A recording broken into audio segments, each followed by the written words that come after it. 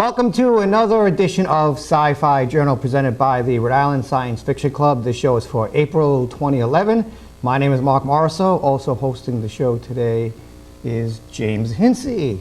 And Calvin and Jay will be showing up in the program. Yeah. Don't worry, we'll get a chance to see them. We have a lot of good stuff this month. But first, James, you have some stuff that you want to touch on. Well, yesterday was the earthquake and tsunami in Japan. And so our hearts go out and our prayers go out to all the folks in Japan. And if people are interested, there are different places where people can, donate to the Red Cross and disaster relief for helping, people in Japan. Japan is, of course, a very wealthy country, so they're very organized. They've been dealing with earthquakes for years, so they're going to be able to recover probably pretty quickly. But it's just some of that footage is just very devastating. Yeah, it's very disheartening too. So heartfelt prayers go out to all the families, anybody related to I have that situation. A couple uncles and cousins there, and they're all safe, so that's good. Yeah, all right. Yep, and friends in Hawaii too, so I was worried about them, but everything is going to be good. Okay, yes, we hope everything works out for the best. All right, let's get back with the show, and we're going to start off with a little segment we like to call Popcorn Previews.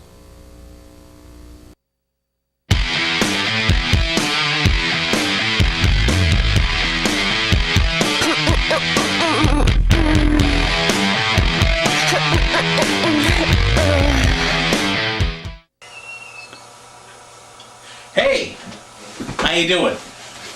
Popcorn previews for this month. We got some films, we got 4 of them. They look pretty good. Let's start right off. We've got Puss in Boots. Now this is Puss in Boots from the Shrek series of films, voiced by Antonio Banderas, and coming in also this time is Salma Hayek as his comic foil. And it's the adventures of Puss in Boots, and it's right now the preview that we have on it is basically that Puss has been a bad kitty. So it looks pretty funny, and if it's from the people who brought you Shrek, you know it's going to be twisted. So let's take a look at that footage.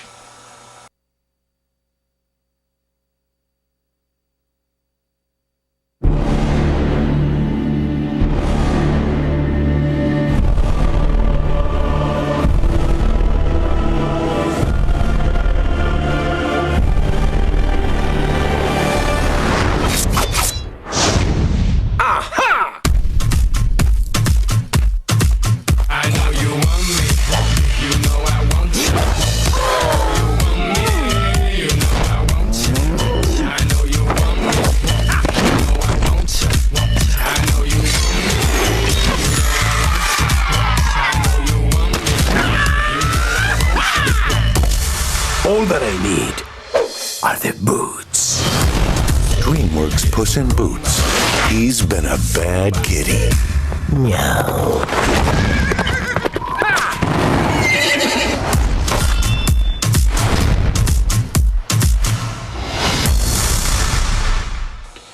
Next we've got Super, starring Rainn Wilson, Ellen Page, and Liv Tyler. Now Super is about a man who has his wife taken away from him in an act of gang violence. So he adopts a superhero persona where he goes out in a red costume and calls himself the Crimson Bullet or Crimson Avenger or something along those lines. I can't remember exactly what it is at the moment, but he's in a red armored costume and his weapon is a pipe wrench, which he uses to bash people, the bad guys, in the head. This is not a kids' movie. Do not take your little kids to see this. Do not take your elderly grandma and grandpa to see this. This is not a film for young or old. This is patently a late teens to adult movie. Okay? It's not an adult movie, but it's adult themes in the film. It's promising, and it looks very interesting, but here's some of the footage to let you decide for yourself. Rick, I don't want to stop. I knew I was losing her. Excuse me, have you seen my wife? I don't think she wants to see you anymore. What? Sarah! Don't touch my car again. I'm going. That's not the kind of touching I meant. Jock, he stole my wife. Can you arrest him? Sometimes it's better just to accept these things. Batman, batarang, pipe bombs, utility belt. Utility belt. Green Arrow has a bow and arrow. Okay. Why do you need all those? I'm making up my own superhero. He needs a weapon. That'll do. Cool. All it takes to be a superhero is the choice to fight evil. Shut up, crime. Don't steal. Don't deal drugs. Don't molest kids. Brutal assault by the Crimson Bolt continued last night. Are you him? No. That's cool. I could be your kid's sidekick. Ta-da! How do I look? That's inappropriate. Frank is the only thing that will save me. We will take those suckers down. That's good. Let's do this. You just sit here and wait for crime to happen? That's right. This is so boring. Yes, I can tell you now it's You're not supposed to kill him! I'm just learning. You have to teach me these things. This is not about good and evil. This is about she loved me more because I am interesting. Gotta find it.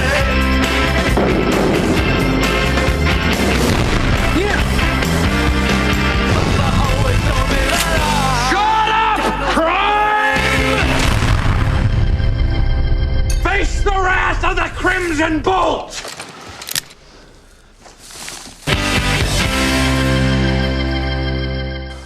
Next we have X-Men First Class. Now this goes back to the beginning when Charles Xavier wasn't in the wheelchair and when Magneto was not Magneto yet. He had his powers, but he hadn't adopted the Magneto personality yet. So this starts off at the very beginning of the Xavier Academy for Gifted Students. And this establishes all the groundwork for the later movies that were to come. And this stars James McAvoy and Michael Fassbender, and it looks pretty intense and it looks pretty interesting. Let's take a look.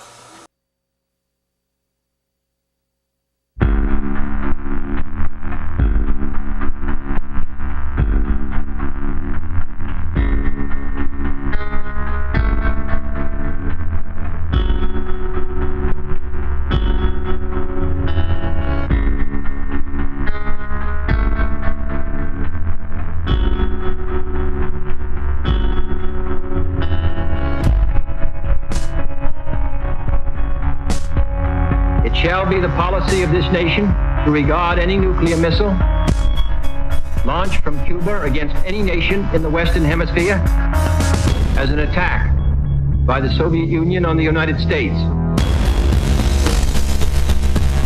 The cost of freedom is always high. No one can foresee precisely what course it will take. One path we shall never choose, and that is the path of surrender.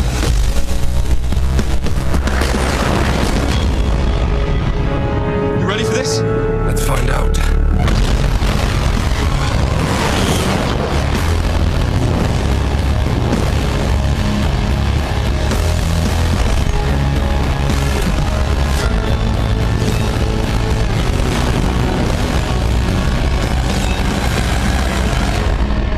Listen to me very carefully, my friend. Killing will not bring you peace. Peace was never an option.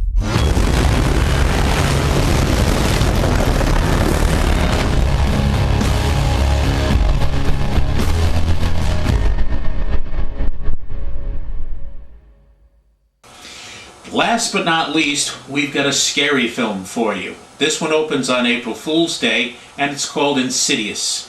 And it stars Patrick Wilson and Rose Byrne. And it's a story about a couple who believe that their house is haunted because their son is being bothered by some paranormal activity. Now I say that because it's brought to you by the same people who brought you Paranormal Activity and Saw. Okay, so you know what you're getting into going into this. It turns out that the house is not haunted. The child is possessed. So let's take a look at that footage.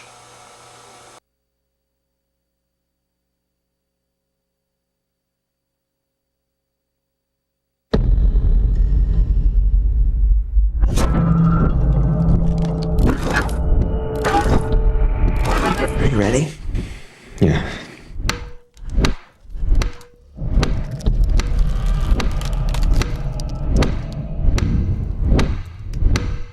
Sweetie? Morning, guys. I would really like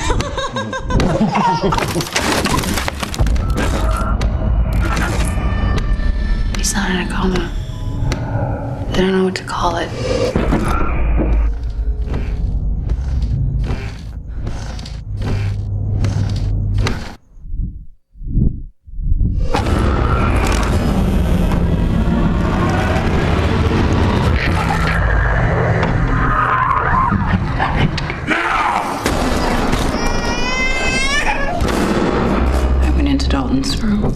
There was something in there with him. I know someone who can help. We took tri-field and EMF readings of the whole house. Wiring, alarm clocks. I don't think bad wiring is the problem here. I want to leave. I want to leave this house. What is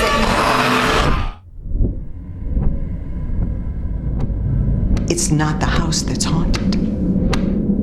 It's your son.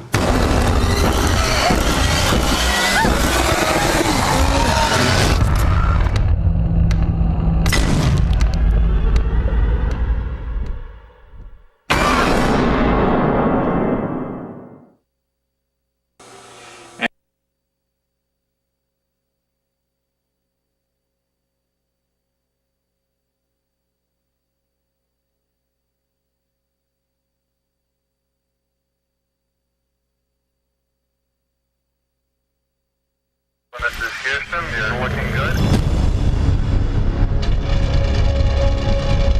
Tom checker on the horn. Yes, you are. I'm there.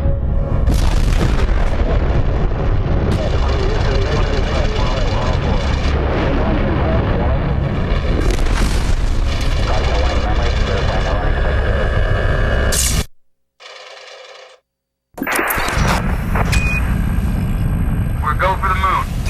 Loud and clear. Take her down. Here we go, Ben. You ready? I sure am. Waiting a long time for this. It's beautiful, isn't it? Only 12 guys have seen this view. Day 1, DOD mission report.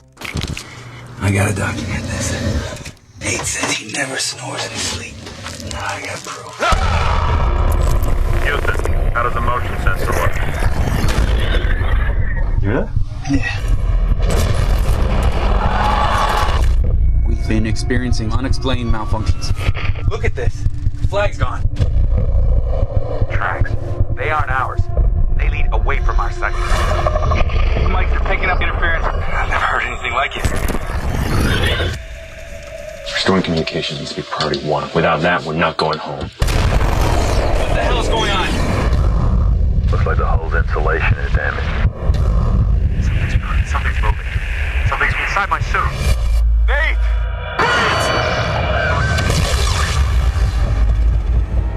What happened out there? Infection is spreading.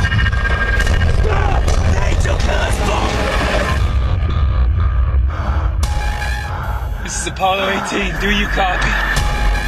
Oxygen's getting low. Anyone, please! Something else out here. Open the hatch. Oh, God!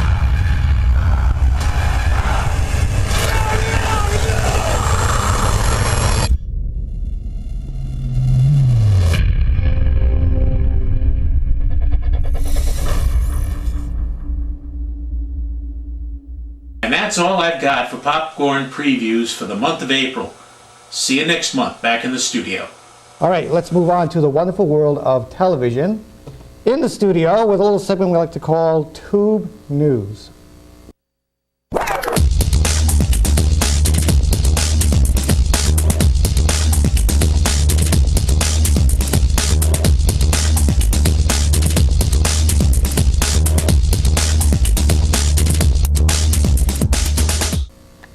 Okay, Tube News. We have Wonder Woman star has been revealed. Excellent. There's going to be a Wonder Woman television series. Adrienne Palicki, star of Friday Night Lights, a show which I have never seen.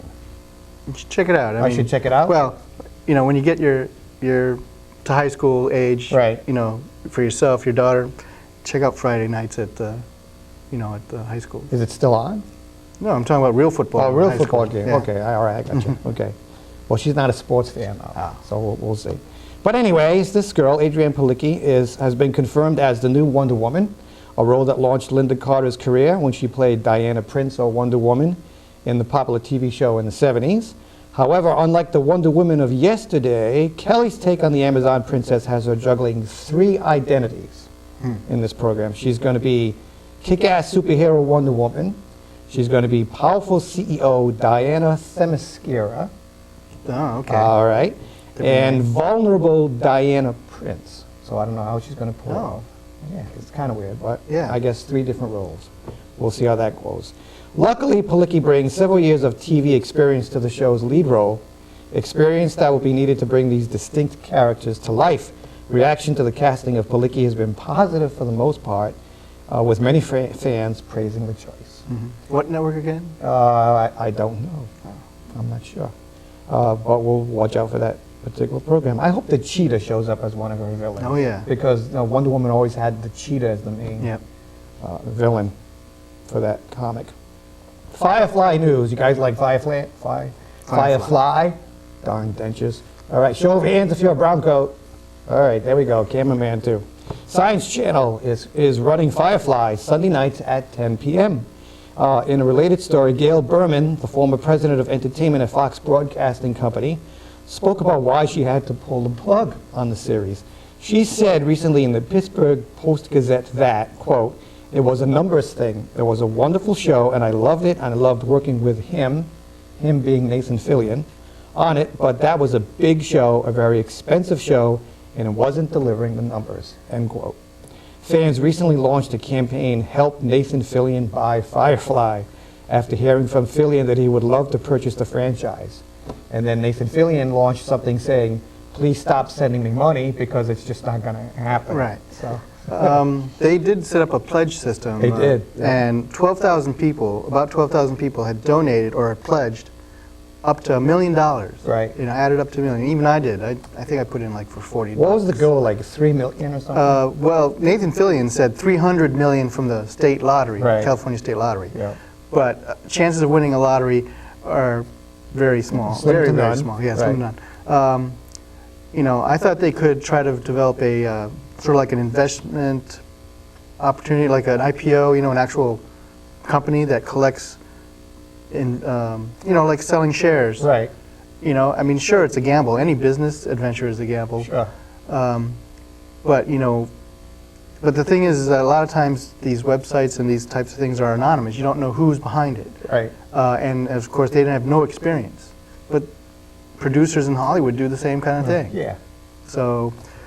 Yeah, they do guerrilla financing for the movie projects all the time. Right. So, you know, I think the problem is that some of the people that, like Joss Whedon and Nathan Fillion, they're just sort of afraid of letting it out of their hands. I mean, they have no creative control anyway, because they don't own it. Fox owns the Firefly name. Right. But fans have done stuff like fan films. Right. Brown Coat Redemption is a fan film that just has come out in this past year. I'm glad you just mentioned that, because this year, for the Can't Stop the Serenity fundraiser that they do for women's rights, we did it last year. The Rhode Island Science Fiction Club sponsored it. Firefly Redemption is going to be offered as one of the venues that you can use for CSTS. Oh yeah, Brown Coat Redemption. Brown Coat Redemption. So show the film. If you want to show that film before the Serenity film, we have that option of doing that this year. Yeah, I think that's something that we should look at. Yeah. Because I've never seen that Redemption movie. So it'd be really good. Yeah, I've seen only the trailer. Right. And I know some of the people who have worked on it. Yeah, Well, we've shown the trailer on the show. Andrew Marnick, Rhode Island resident, is one of the editors on the show, on that film. Now, wasn't he involved with Barry Cook in I don't know. on his show a while ago? I think he might have been. I'm not sure. The other thing is that the Brown Coat Ball, for 2011 is in Warwick, Rhode Island at the Crown Plaza. At the Crown Plaza. In October. Yep. October 21st, 22nd weekend. Tickets are already selling. Yep. So Brown Coat Ball, check it out. I mean, it moves to different cities every year, but this year it'll be in Warwick, Yep, Rhode the Island. New England Brown Coats put in a bid, and they were able to get the sponsorship. Yeah. So, which is really cool. So we'll be there, definitely. That's in October. All right, and that's all we have for Firefly news. Let's move on to Doctor Who. If I could only watch one TV science fiction show my entire life, it would be Doctor Who. Love that show. The new season, season 6, or season 32, if you want to get technical, premieres Saturday, April 23rd, 2011, 9 p.m. on BBC America. It begins with a two-parter taking place in the United States. There's a trailer online right now with the doctor sitting behind the desk in the White House. Oh. In the Oval Office. I haven't seen that one yet. And he's ordering tea and crumpets and all this other stuff. It's pretty wild. And then meanwhile, all the Secret Service break in and they're all pointing their weapons at him, you know. Well, this is not going well. Later episodes will feature the classic Doctor Who villains, including the Cybermen. The Cybermen are supposed to make a major appearance or take a major portion of season 6 this year. Which is cool. Cybermen are all right. We've had Daleks for a while. Now we're moving into Cybermen. And they've had Cybermen in the last couple of... Yep. With the other Doctor, They Tennant. did. And they had the Ice Warriors for a while. So good stuff. And some sad news in the Doctor Who universe. Over the years, a lot of actors have made multiple appearances on Doctor Who, but only one actor worked on screen with 6 of the first 7 Doctors. That man was Nicholas Courtney, best known to Doctor Who fans as Brigadier Alistair Gordon Lethbridge Stewart. In his career, Courtney appeared 107 times on Doctor Who. He passed away on February 22nd, 2011, at the age of 81. He was basically sort of an unofficial companion. He was. Yep. He had a more recurring role with the 3rd Doctor, John Pertwee. Yeah. Yep. Yeah. But he was, you know, from UNIT. Right. And so I mean, he never really traveled too much, I think, with the Doctor. I don't think he ever did. I have to watch some of those Pertwee shows. Yeah, but he was a lot of fun. He was a good guy. So God bless Nicholas Pertwee. The event drops in the ratings. After a 3-month hiatus, the series aired back-to-back episodes and saw the audience drop off by a third. For the 2-hour block, the episodes could only score a 1.4 out of 4 rating, with 5.553 million total viewers in the first hour and 4.93 in the second, or a shocking drop of 26%. Executives don't yet know what that means for the series. I watched that return of the event, and you know, I don't know. I think it just lost a lot of people because they weren't getting to anything really too exciting. But you know, some of the characters are good, and you know, we'll see how things develop. Yeah, you were saying that you really didn't like the main villain in this. Well, because he's hateable. Because he's hateable, but, yeah. Which makes him a good villain. But then the young guy hero, he's Sean Walker. He's likable, and the president. You know, you can see him dealing with things. The Innistrad stuff. That's pretty good. Right. We'll have to see how it goes for the rest of the season. Okay. And of course, the event replaced a show that we really, really liked, The Cape. But NBC will air The Cape finale online. Fans of the show noticed that only 9 of the finished 10 episodes have aired. NBC will stream the 10th episode on its website. No word yet on when the episode will begin. It's run online. Of course, by the time this show airs in April, it'll probably be available. Yeah, and hopefully they'll get numbers online that'll justify airing it for broadcast, because you know, you'll get more numbers broadcast-wise than you may get online. Right. But at least maybe they'll get a good numbers, because I like the show. It was fun. Did you ever check out the website for The Cape? I checked it out in doing the research for this, and the website is pretty cool because they've got information on all the villains, the background histories. They've got all the swag you can buy. You can buy a Cape coffee mug and all this other stuff as well. But it's also got an online comic, the Cape online comic that you can read as a PDF. You can download it for yourself, which is kind of neat if you're a comic book fan and you like that show. Yeah. Good show to check out. Okay, and that's all we have for Toob News. Let's move on to an awesome segment we like to call Anime Daisuki.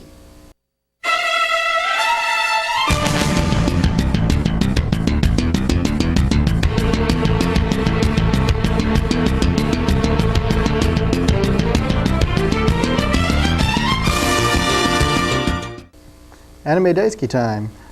Anime Daisuki just time. a couple of Anime things real Daisuki quick. time. I can't sing like Jade, I know. but that's okay. Do you know where that Anime Daisuki time is? That's Howdy Doody time. It is Howdy Doody time. It's like, wow. Drink some turpentine to make your hiney shine. Okay, go ahead. Last, I'm sorry. Yeah, a couple of anime series that I really have enjoyed. Last Exile and Aquarian are getting new series. Aquarian I'm familiar with. So a new series for Last Exile, Fam, the Silver Wing. It's another story, but most of the same creative people working on it. And that's from Gonzo, and I like almost every Gonzo anime series I've seen, I've liked. They just have been very good. And Aquarian gets a new series, Aquarian Evolve. That's coming up, hopefully in the next year or so. The Ariety film from Ghibli Studios wins big at the Tokyo International Anime Fair. Oh, good. Yep, won 5 awards. Quentin Tarantino, who had some anime segments in his Kill Bill film. Right. Well, they're having a that's right. screening of the entire Kill Bill film, 247 minutes of it. You mean parts 1 and 2? They're going to throw them together? Yeah, but it's called The Whole Bloody Affair. Yeah, at the New Beverly Cinema in Los Angeles. And also, he's working on a Kill Bill Chapter 3, which is The Origin of Oren. It has about 7 more minutes of footage because he had written a longer script for that. And they've produced that animation now. So it's going to be part of the movie. Sci-Fi Channel has moved Anime Monday. It was moved to Tuesday, which I didn't even realize. So instead of Anime Monday, it's Anime Tuesday, but now they're moving it to Thursday. So it's Anime Thursday. Yeah. Right now running is Chrono Crusade and Gurren Lagann. Isn't Thursday the same nights they run wrestling? They run wrestling on Thursday? But it's on at Fridays? 11 p.m. Fridays. So it's after the main block. Okay. Skydance Productions, one of the co-producers of True Grit, is acquiring trying to acquire the live-action film rights for Star Blazers. Oh, sweet. All right. Check out the starblazers.com website. That guy there runs a pretty good site. Right. We'll see how that goes. I always liked the robot in Star Blazers. The thing was about like that, that tall with the helmet type thing. Yep, Analyzer. Cool. Yeah, it was cool. Next, well, we know that Leonardo DiCaprio's been kind of working on the live-action film for Akira. Yep. His company's co-producing it. They've hired a new scriptwriter, Steve Kloves, who wrote the scripts for 6 of the 7 Harry Potter films. Oh, all right. He's been picked up to do a polish on the script he's got for some Akira. experience in the fantasy world. Good. And he also like wrote and directed The Fabulous Baker Boys, which was a really good film. Yep. So that is in the works. And the director they've hired is Albert Hughes, one of the 2 Hughes brothers who created or filmed Menace to Society, From Hell, and The Book of Eli. Albert Hughes is going to be the director for Akira. I like The Book of Eli. Didn't really get I got to check that out. good reviews, but I enjoyed that movie. Yeah. And then, let's see. Leiji Matsumoto, creator of Captain Harlock, Battleship Yamato, and Galaxy Express 39, right, announced that they're going to work on a live-action adaptation of Galaxy Express 39. Really? The train, Ginga trains in Tetsudo space. 39. It's an old steam locomotive with the 999, which is based on a real one. Strange movie a strange show that is. Yeah, but it is based on a real locomotive that's sitting in Chicago now. Right. That ran in New York, up and down. I think up to Albany and back, something like that. So there was a train like that, and it's based on that. But it's a steam train that runs through space. All the cynics in the world go, didn't you ever hear of decompression? One hit, Yeah, I know. that's it. Bye, caboose, everything I think else, there's that's some gone. kind of force field. I know, but it's like, hello. Yeah. It's a not real. Yeah. The biggest problem will be trying to cast characters like Captain Harlock and Emeraldas and other characters for that film. Why? They're just so iconic. It's very hard to, I think, for them to try to find. Plus, they're not Japanese characters. I mean, they're gaijin characters. So trying to find actors to fit that part, they may actually cast non-Japanese. I would suggest that. But well, they're not. They're non-Japanese in the program. yeah. So there you go. Yeah. So hopefully that'll be coming. And Toei Animation revealed last year that they're working on a CG animated version of Captain Harlock, Space Pirate Captain Harlock, which they showed a trailer for. Maybe that'll be coming out by the end of this year. That'll be fun. Yeah.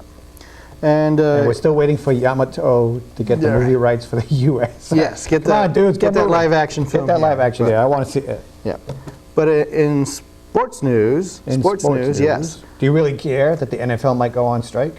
No. I don't, because they're paid. You're paid enough money, dudes. Come on.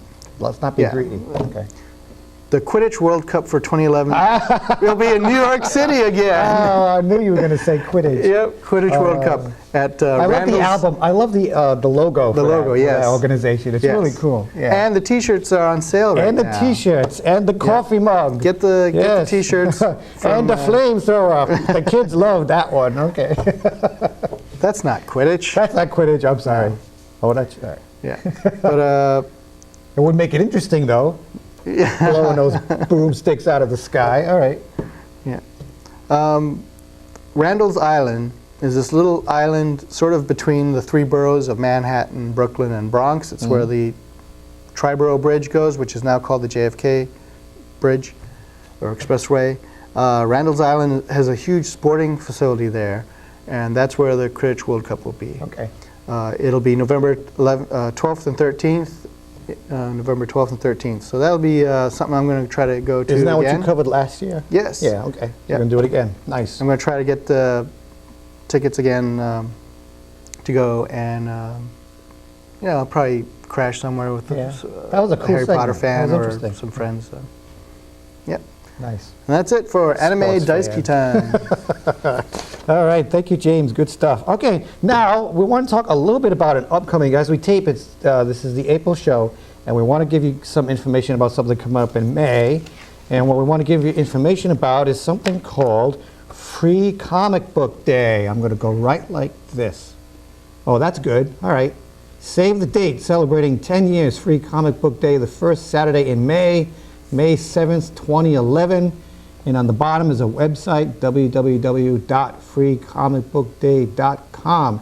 If you go to that site, there's a little thing you can put in, something called a comic shop locator. Oh, cool. So. And you enter your zip code, and it will give you a whole list of not only the comic shops that are in your area, but those that are participating in Free Comic Book Day. And what they do is, you show up on this particular day for the people that are the comic shops that are participating, and you can get free comics.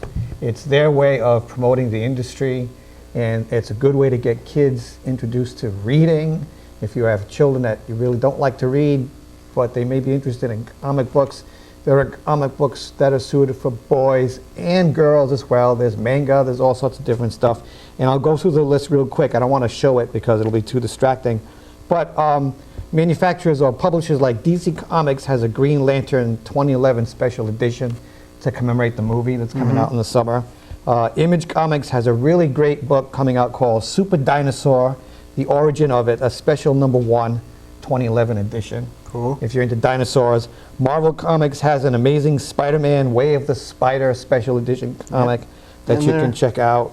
They're bringing back Richie Rich. There's a comic company called Ape Entertainment that's bringing back Richie Rich. Oh, yeah. If you like those. RG Comics has a Betty and Veronica special. Darkwing Duck is being put out by Boom Kids Comics, which is a lot of fun. There are at least 25 to 30 different major and independent comic book publishers that are going to be putting out different comics. Now, not all the comic book shops will be carrying all of these comics because they have to pay for them. So it's just a little bit too cost prohibitive. But Fantagraphics Books has a Walt Disney Mickey Mouse special. WizKids NECA has a DC Heroes Green Lantern Hero Clicks figure that you can pick up in lieu of a comic if you're interested. Let's see what else have they've got. They've got Top Shelf is doing a Top Shelf Kids Club, which is a compilation of all the different children's books, which is really cool. Zenoscope Entertainment has the top 10 deadliest sharks that they're putting out as a comic, which is nice. Red 5 is putting out an Atomic Robo special.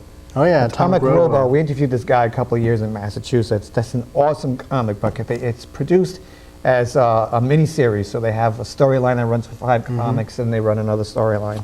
So that's a lot of fun. Tons and tons. There's a Rocketeer Adventures #1 that's putting out by IDW. There's an X-Men Giant Size comic #1 by Marvel Comics. A whole bunch of stuff that they're putting out for Free Comic Book Day. So check it out. It's going to be May 7th, 2011. Go to that website, find out where there's a comic book shop near you, and get your free comics. We'll be going to the different comic book shops that day too, so we'll have footage for the May show. Yep. About Free Comic June Book Day. show. For the June show, that's right, I'm sorry. Okay, good. We have some more footage from TempleCon. We went to one of the prop making sessions with the 501st Legion, right? The Star Wars costuming group.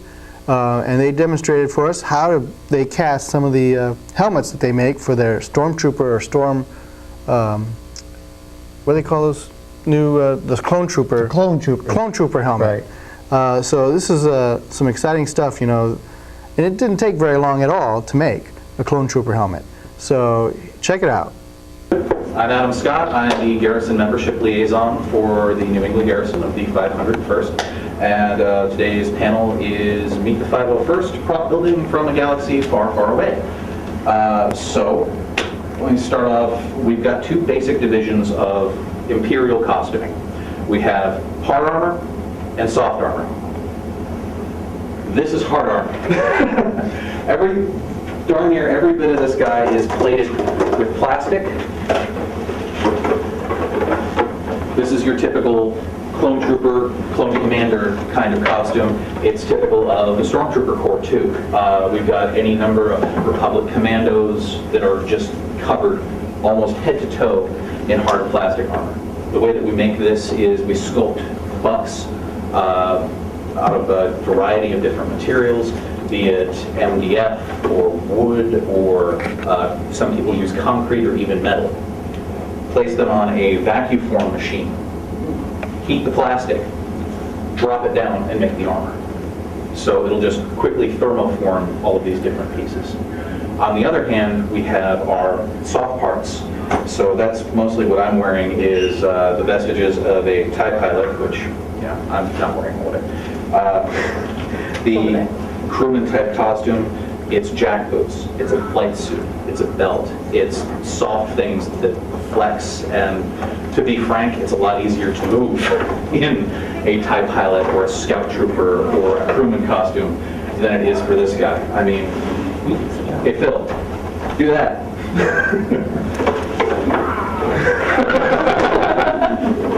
No. What? Look, if you break anything, I can make you a new one. He's got a laser gun, though. This is true.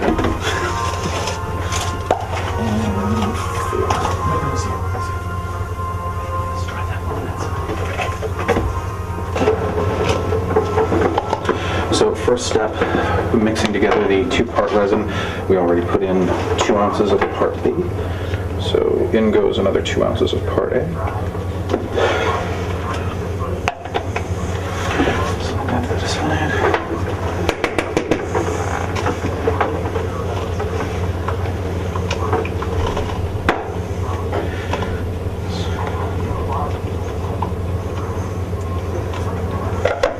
Let me see if I can get the volume a little around there. Turn that volume.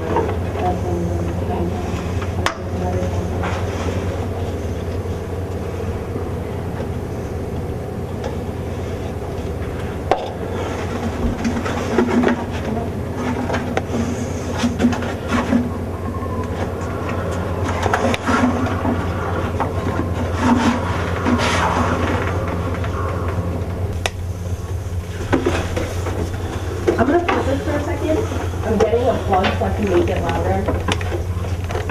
Sorry about this. Yeah. I'm wearing Vader's amp. There might be some breathing in the background. FYI. While we're Eric, what resin are we using? We are using Smoothcast 65D. Well, we do know that helmets do bounce downstairs very well. Alone or in pairs. I should got my... So what I actually ended up doing was I ended up slicing a thin, very thin line with a keyhole saw and made the faceplate on it removable. So I can get my head and put it back in. It kind of latches on with rare earth magnets. Keeps it planted in place. Unfortunately, as I was trying to get ready for a parade, so really the only thing I broke was basically glue gun. I'm just trying to get a good coat around the entire. So these things can actually, actually that... Acre amps are the best amps we can find. That's actually what I've got here. It's this company from Japan, China. You can generally find that there's a guy who sells them on eBay, and he actually doesn't sell them for too much more than they would cost to get. About 40, 50 bucks, something like that. There's different models, obviously. I mean, the best one we have found is the MR1505. That's this one. It gives you pretty good sound. They do make for like Vader and Boba, the certain voices. They do make those. They're called vortexes. And Vader will be downstairs. Now, the one thing I do like about these amps have two inputs. So you can have one that's set up to your mic, and even as I have it set up to a push to talk, but you can also have a constant MP3 player connected to it and running too. So you could have it doing Vader's voice the whole time. You could have it doing just trooper squawk, as we call it, just communications back and forth. Bounces pretty well. I'm not going to chuck it on the ground because that would be stupid, but still got a little bit of flex to it. But it'll cure. It'll cure. How long does it take to cure? Depends. I use a little bit less accelerant than I normally do, mainly because of the fumes and we're in a closed space. But 20 minutes, an hour, depending on how much you put in there. Definitely, if you let it sit overnight, it will definitely cure long enough that you'll have no problems cutting it out without damaging it, other than the fact that you're cutting it out. And the mold's reusable. Indeed. I've made probably about 70 helmets from this mold alone.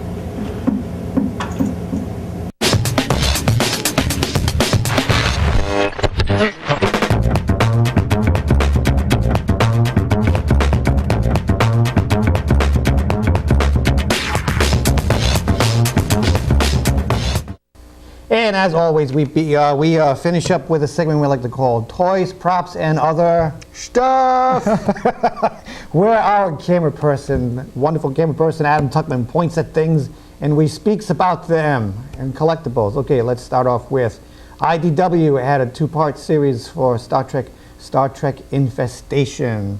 It was a great series about zombies.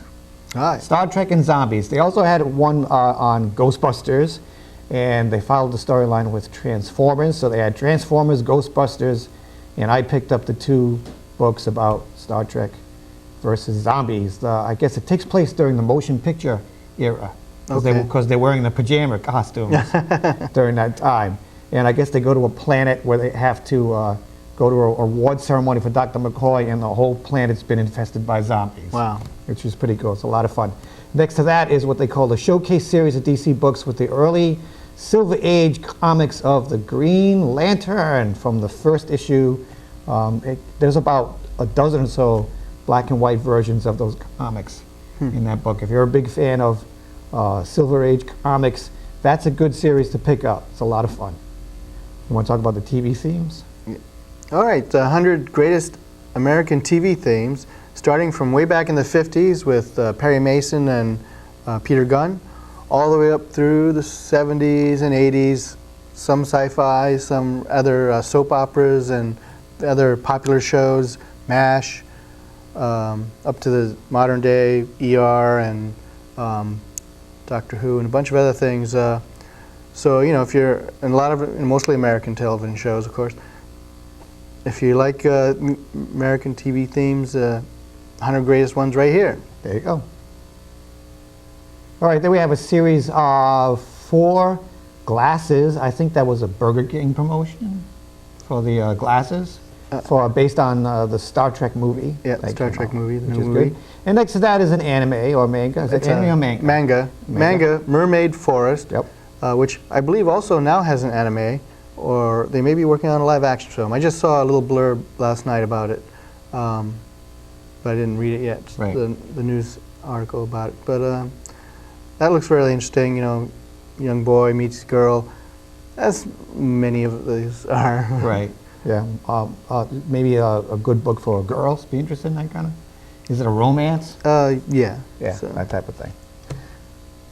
Sounds good. And last but not least, if you are a geek like I am, you must pick up an issue of Wired Magazine. Wired Magazine is pretty cool. I look forward to that every single month. A lot of different eclectic articles, a lot of stuff in here about technology, real life technology.